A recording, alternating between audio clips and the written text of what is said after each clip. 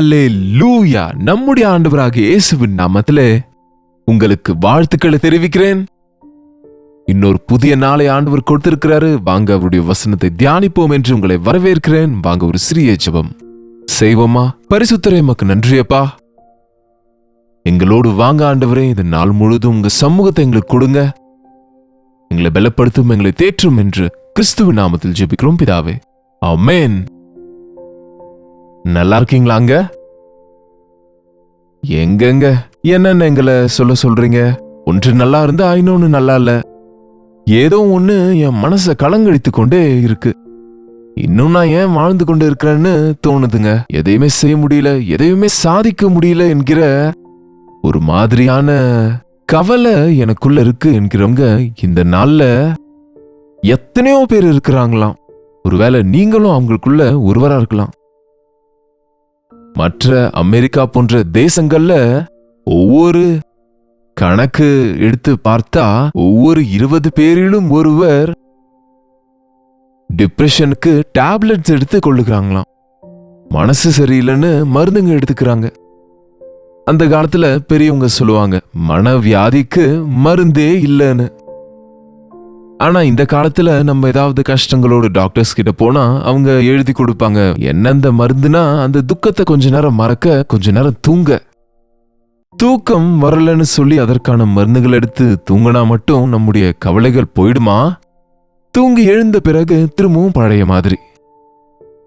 முதல்ல ஏன் இந்த கஷ்டங்கள்? என்ன இந்த மனுஷனுக்கு? பாருங்க, ஒருவேளை நாம எனக்கு தான் டிப்ரெஷன் இருக்கு, மற்ற எல்லாரும் நல்லா தான் இருக்கிறாங்க என்று நம்ம நினைப்பதுண்டு. ஆனா சாதாரணமாவே ஒவ்வொரு மனுஷனும் ஏதோ ஒரு நேரத்துல கண்டினியூஸா இல்லாம இருக்கலாம். ஏதோ ஒரு நேரத்துல சோர்ந்து போய் கொண்டு இருக்கிறாங்க, டிஸ்கரேஜ் ஆகி கொண்டு இருக்கிறாங்க. மூட் ஆஃப் ஆயிட்டோன்னு சொல்றாங்க பாருங்க, என்னென்னமோ சொல்றாங்கல்ல. இன்னைக்கு எனக்கு மனசு சரியில்லைன்னு சொல்லுவாங்க. அது போல ஒவ்வொருவரும் என்னங்க, ஒரு டாக்டர் கிட்ட போனா அவங்க சொல்லுவாங்க, இது காமன் ஃபீவரு, காமன் கோல்டு.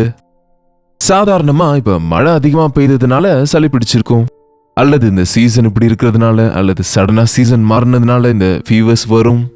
இதெல்லாம் நார்மல் தான், சாதாரணம் தான், வரும் போகும் என்பது போல அநேகருக்கு இந்த டிப்ரெஷன் கூட வந்து போய் கொண்டு இருக்கும். அது வரைக்கும் பரவாயில்லங்க, என்னங்க.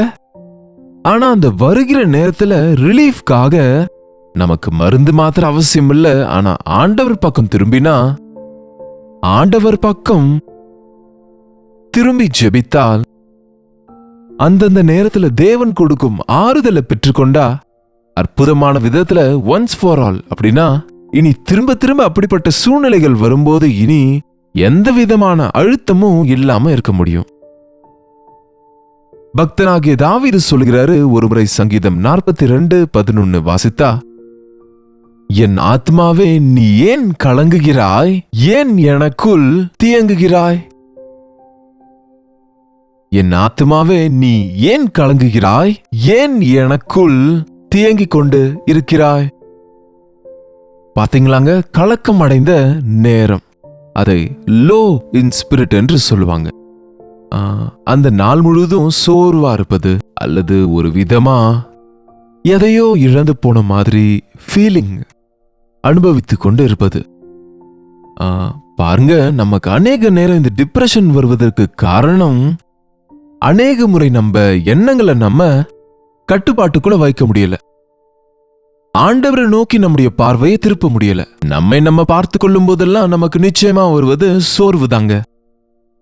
உற்சாகம் வேண்டும் என்றால், ஊக்கம் அடையணும்னா ஆண்டவராகிய இயேசுவை நோக்கி பார்க்க தான் வேணும். நாம சில முறை நம்ம இன்ஃபீரியராக ஃபீல் பண்ணுவோம். அப்படின்னா, எல்லாரும் என்ன அலட்சியம் பண்றாங்க, என் மேல யாருக்கும் அக்கறை இல்ல, என்னை யாரும் மதிக்கிறது இல்ல, நான் எவ்வளவு கஷ்டப்படுறேன் அதை யாரும் நினைக்கிறது இல்ல, நான் இவ்வளோ பிரயாசப்படுறேன் ஆனா என்னை யாரும் நேசிக்கிறது இல்ல.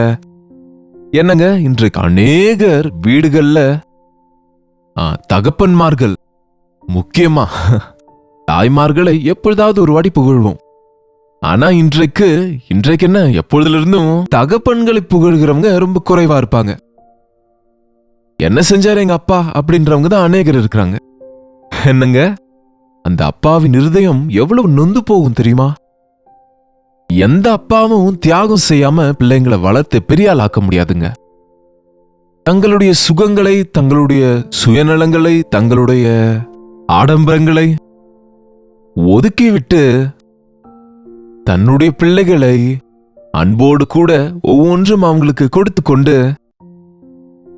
தன்னுடைய தகுதிக்கு மிஞ்சின இடத்துல அவங்க இருக்க வேண்டும் என்று விரும்பி அவர்களை வளர்த்து ஆளாக்குவது என்பது சாதாரண விஷயம் இல்லைங்க. அப்பாக்களை டிஸ்கரேஜ் பண்ணாதீங்க. தகப்பனாக நீங்க சோர்ந்து போயிருந்தா உங்க பிள்ளைங்க உங்களை தேற்றணும்னு எதிர்பார்க்காதீங்க. இயேசுவை நோக்கி பாருங்க. அவரே நம்மை தேற்றுகிறவர். நாம துயரமா இருக்கிற நேரத்துல அநேக பாடங்களை கற்றுக்கொள்ளலாங்க. துயரமான நேரத்துல எந்த டெசிஷனும் நம்ம எடுக்கக்கூடாது, தீர்மானங்களை செய்யக்கூடாது. கோபமாக இருக்கும்போது இருக்கட்டும், ரொம்ப துக்கத்தில் இருக்கும்போது இருக்கட்டும், நீங்க சொல்ற வார்த்தைகளுக்கு அது ரொம்ப பாதிப்பை ஏற்படுத்தும். நம்மை நாம சபித்துக் கொள்ளுவோம், மற்றவங்களையும் சபிப்போம். நம்ம வாயிலிருந்து ஆசீர்வாதமே தவிர சாபம் வரக்கூடாதுன்னு சொன்னாரு ஆண்டவர். ஆகவே மனசலிப்பு என்கிற ஃபீவர் உங்களுக்கு வந்தா அந்த நேரத்தில் அமைதியா இருப்பது நல்லது. அந்த நேரத்திலே நமக்கு மோதல்களை ஏற்படுத்துகிற விஷயங்களை எதிர்கொள்ளாம இருப்பது நல்லது. அந்த நேரத்தில் நாம நம்மை குறித்து நம்ம யோசிப்பதை நிறுத்திவிட்டு நாம ஆண்டவருடைய அன்பையும் ஆண்டவர் வல்லமையும் அறியும்படிக்கு அவருடைய வசனத்தை வாசித்து தியானித்து ஜெபிக்க முடிந்தால் we can come out of it. அதிலிருந்து நம்ம வெளியே வர முடியுங்க. என் ஆத்துமாவே நீ ஏன் கலங்குகிறாய்? எதுக்கு? What is the reason? First of all, நாம மனசு சரியில்லைன்னும் போது ஒரு விதமான சோர்வா இருக்கும்பொழுது நம்ம அனலைஸ் பண்ணணுங்க. எப்போல இருந்து என் மனசு சரியில்லை? எந்த விஷயத்துல இருந்து என் மனசை நான் கெடுத்துக்கொண்டேன்? யார் சொன்ன வார்த்தைகளை நான் மனசுல எடுத்துக்கிட்டேன்? எந்த சூழ்நிலையில நானு மனதுக்குள்ள எடுத்துக்கொண்டேன்? எதனால நான் இப்படி ஆயிட்டேன் என்பதை நீங்க அனலைஸ் பண்ணா பாதி பிரச்சனை முடிஞ்சிருங்க. ஓ, அவங்க சொன்ன வார்த்தைக்கு நான் ஏன் அழுது கொண்டு உட்கார்ந்துருக்கணும்? ஓகே, நான் ஏதோ தப்பு செய்துட்டேன், ஆண்டவர்கிட்ட மன்னிப்பு கேட்டா போதுமே என்று உங்களுக்கு உடனே ரெமிடி கிடைக்குங்க. கலங்கின நேரத்துல தூக்கி எடுக்கதான் நமக்கு ஆண்டவர் இருக்கிறாரு. எதற்கு எனக்கு இந்த டிசப்பாயின்மெண்ட் வந்தது, டிஸ்கரேஜ்மெண்ட் வந்தது, என்னங்க டிப்ரெஷன் வந்தது, why I am like this என்பது உங்களுக்குள்ள நீங்க பரீட்சிக்கணுங்க. எதற்கு எதற்கு எதற்கு ரீசன் அறிந்து கொண்டால் அதுக்கு அதை டீல் பண்றது ரொம்ப ஈஸிங்க. மருத்துவர்கள் கூட சொல்லுவாங்க, if they can diagnose the disease, it is very easy to treat it. வைத்தியம் செய்ய ரொம்ப ஈஸி ஆயிடும். ஆகவே எதற்கு என்று அனலைஸ் பண்ணுகிறார் தாவீது. நீ ஏன் எனக்குள் தீயங்குகிறாய், பதட்டம் அடைகிறாய்? நம்ம ஒரு நேரம் அப்படியே எக்ஸாஸ்ட் ஆயிடுவோம் பாருங்க, பதட்டம் ஆயிடுவோம் பாருங்க, உணர்ச்சி வசப்பட்டுருவோம் பாருங்க. அந்த ஆவேசத்துல, அந்த பதட்டத்துல நம்ம ஆரோக்கியத்தை கெடுத்துக் கொள்கிறோம், நம்முடைய மனதின் சமாதானத்தை கெடுத்துக் கொள்கிறோம். அண்ட் தவறான வார்த்தைகள், தவறான தீர்மானங்களை செய்ய காரணமா இருக்கு. அதற்குதான் நாம நம்பிக்கையற்ற சூழ்நிலைகளில் இருக்கிறோம் என்று நினைக்கும் பொழுது நம்பிக்கையின் ஆதாரமாகிய ஆண்டவரை பார்க்கணும். உங்க அறைக்கு போய் கதவை பூட்டி ஜெபிங்க. தனியா சென்று தேவ சமூகத்துல உங்க இருதயத்தை ஊற்றுங்க. உங்க துன்பத்தை அவரிடத்துல சொல்லுங்க, உங்க பிரச்சனைகளை அவரோடு சொல்லுங்க, ஜெபத்துல சொல்லணும். அதான் சொல்றாரு பாருங்க தாவீது, என் ஆத்துமாவே நீ ஏன் கலங்குகிறாய், ஏன் எனக்குள் தியங்குகிறாய்? தேவனை நோக்கி காத்தீரு. ஹோப் இன் காட், தேவன் மேல நம்பிக்கையாக இரு. அவரே உன் ரட்சிப்பின் தேவன். அவரை நம்பு, அவர் உன்னை விடுவிப்பார். அவர் மேல சார்ந்து கொள்ள, அவர் உன்னை சுமப்பார். அவரை கேளு, அவர் உனக்கு கொடுப்பார். அல்லேலூயா. என் ஆண்டவர் கேட்டால் கொடுக்கிறவர், தட்டும்போது திறக்கிறவர், கூப்பிட்டால் பதில் கொடுக்கிறவர், கலங்கின நேரங்களை நம்மை தூக்கி எடுக்கிறவர். நிச்சயமா நம்ம இந்த உலகத்துல நம்ம வாழும்போதுங்க, நான் எப்பவுமே சோர்ந்து போகல, நான் எப்பவும் சலித்து போகல, நான் எப்பவும் டிப்ரெஷன்ல போகலன்னு கம்பீரமா சொல்லுவாங்களோ என்னமோ, அதெல்லாம் வெறும் வார்த்தைங்க.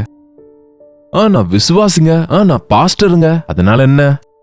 பாஸ்டரும் மனுஷங்க தானே, விசுவாசிகளும் மனுஷங்க தானேங்க. மனிதர்களுடைய சரீரத்துல தானே நம்ம இருக்கிறோம். என்னங்க, நம்பிக்கை இல்லாத மனுஷங்க நடுவுல தானே நம்ம வாழ்கிறோம். நீங்க பைபிள்ல பாருங்க, பக்தர் எல்லாரும் கூட மனசோர்வு என்கிற பள்ளத்தாக்கு வழியா போனவங்க தான். தாவீது கோலியாத்தையே ஜெயிச்சிட்டாரு. ஆனா அந்த டிஸ்கரேஜ்மெண்ட் ஜெயிக்கிறதுக்கு அவருக்கு தேவ சமூகத்திலே அவர் போராட வேண்டியிருந்தது. இன்னும் யோப பத்தி சொல்ல அவசியமே இல்ல. அவர் டிப்ரெஷனுக்குள்ள போயிட்டாரு. அந்த வார்த்தைகளை பார்த்தா, நான் பிறந்த நாளே இல்லாதிருந்தால் நல்லா இருக்கும், நான் பிறக்க முன்பே என் தாயின் கருவில இறந்து போயிருந்தா நல்லா இருக்கும். ஐயோ, என்னங்க என்னென்னமோ சொல்றாரு. காரணம் தாங்க முடியலங்க. ஒரே நாள்ல ஆஸ்திகள் இழந்துட்டாரு, பிள்ளைங்க போயிட்டாங்க, ஆரோக்கியம் போயிடுச்சு. அந்த வேதனையில, அந்த டிஸ்கரேஜ்மெண்ட்ல அவர் நொந்து போன நேரத்துல இன்னமும் தேவன் மேல நம்பிக்கை வைத்தாரு, இன்னும் தேவன் மேல விசுவாசம் வைத்தாரு. இவ்வளவு போயிட்டாலும் தேவன் என்னை காப்பாற்ற முடியும், எதுவுமே இல்லாவிட்டாலும் தேவன் எனக்கு திரும்ப கொடுக்க முடியும் என்கிற விசுவாசத்தோடு இருந்தாராகவே 2 மடங்கு ஆசீர்வாதத்தை பெற்றுக்கொண்டார். உங்க வாழ்க்கையில நீங்க எந்த விஷயங்களை சோர்ந்து போகிறீங்க? பணம் விஷயத்துல கூட நம்ம அநேக நேரம் சோர்ந்து போது உண்டு. வர வேண்டிய பணம் வராத போது, கொடுக்க வேண்டியவங்க கொடுக்காம ஏமாற்றும் போது, கடன் அதிகமாகி தீர்க்க முடியாத சூழ்நிலைகள் வரும்போது, என்னங்க, சடனா நமக்கு ஒரு சப்போர்ட்டாக இருந்த ஒரு வருமானம் வருவது நின்று போகும்போது, இனி எப்படி இனி எப்படி இனி எப்படின்னு கலங்குவோம். என்னங்க, ஆனா ஒண்ணு நினைவு இருக்கட்டும், யெகோவா ஈரே. மனிதர்கள் மறந்து போகலாம், ஆனா தேவன் கைவிட மாட்டாரு. கேரித் ஆற்றண்டையில காலையும் மாலையும் காகங்கள் அப்பமும் இறைச்சியும் கொண்டு வருது. அருமையான அந்த கேரித் ஆற்றின் தண்ணீரை குடித்து கொண்டு இருந்தாரு ஏலியா. ஒரு நாள் தண்ணி வற்றிடுச்சு. ஐயோ, தண்ணி வத்தி போச்சு, இனிமே எப்படி வாழணும் என்று கலங்கும் போது காகங்களும் வரல. அவ்வளவுதான், இங்க நான் சாக போறேன்னு டிப்ரெஷன்ல போயிருப்பாருங்க.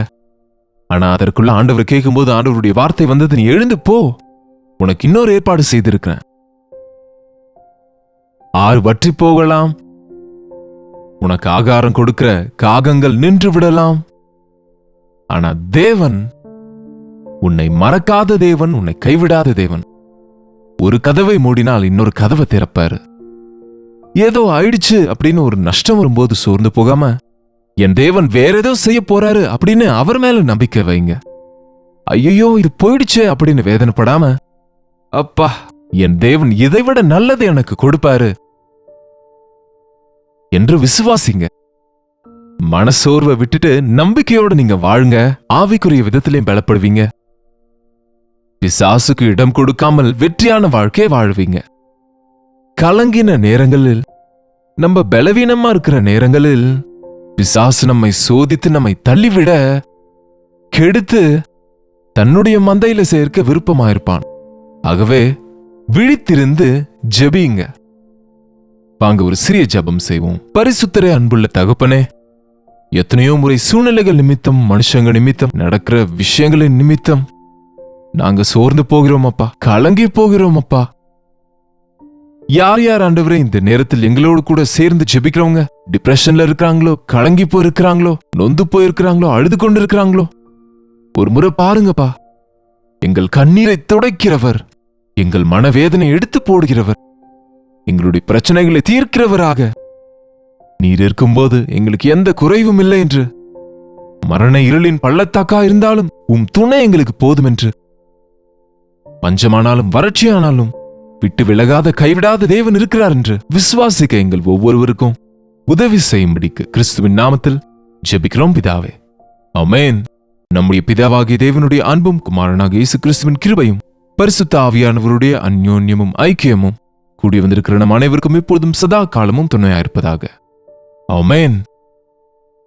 தேவனுக்கு ஸ்தோத்திரம். உங்களுடைய ஜெப விண்ணப்பங்களையும் பாரங்களையும் எங்களுக்கு நீங்க 8939801234 ஒரு டெக்ஸ்ட் அல்லது வாய்ஸ் மெசேஜ் மூலமாக தெரியப்படுத்திக் கொண்டே இருங்க. உங்களுக்காக நாங்க ஜெபிக்கிறோம். ஆண்டவர் நிச்சயமா உங்களுக்கு உதவி செய்வார். கர்த்தருக்கு சித்தமான நாளைக்கு உங்களை இதே அனுதின தியானத்திலே சந்திக்கிறேன். இன்றைக்கு புதன்கிழமைல உங்க சபையில ஜெப கூட்டம் இருந்தா கலந்து கொள்ளுங்க.